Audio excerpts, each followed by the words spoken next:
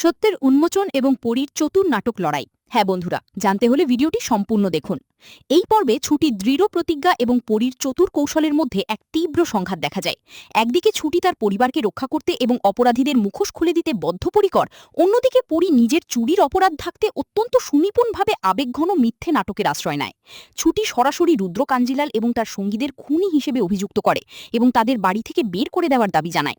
সে তার পরিবারকে সতর্ক করে যে এই ব্যক্তিরা কেবল খুনিই নয়, বরং তারা পারিবারিক ব্যবসারও চরম ক্ষতি করবে। বাড়ির বড়রা অতিথিদের অপমানে বিব্রত বোধ করলেও ছুটি তার অবস্থানে অনড় থাকে এবং প্রতিজ্ঞা করে যে সে এই পরিবারের ওপর কোনো কালো ছায়া পড়তে দেবে না। গোপনে পরী হিরণময় দাশগুপ্তের লকার খুলে টাকা চুরি করার চেষ্টা করে। হিরণময়বাবু তাকে হাতে নাতে ধরে ফেললে পরী অত্যন্ত চতুরতার সাথে পরিস্থিতির মোড় ঘুরিয়ে দেয়।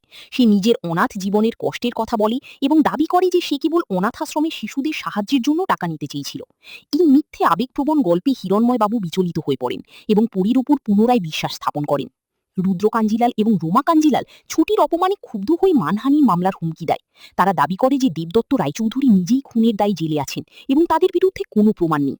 এদিকে হিরণময়বাবু এবং তার সহযোগীরা কাঞ্জিলাল ভাইবোনদের গতিবিধি এবং তাদের অতীত রেকর্ড খতিয়ে দেখার সিদ্ধান্ত নেন, কারণ তাদের আচরণে সন্দেহজনক কিছু লক্ষ্য করা গেছে। বাড়ির পরিস্থিতি নিয়ন্ত্রণের বাইরে চলে যাওয়ায় এবং ছুটির অনড় আচরণের কারণে অভিমন্যুকে জরুরি ভিত্তিতে কর্মস্থল থেকে বাড়িতে ডেকে পাঠানো হয়।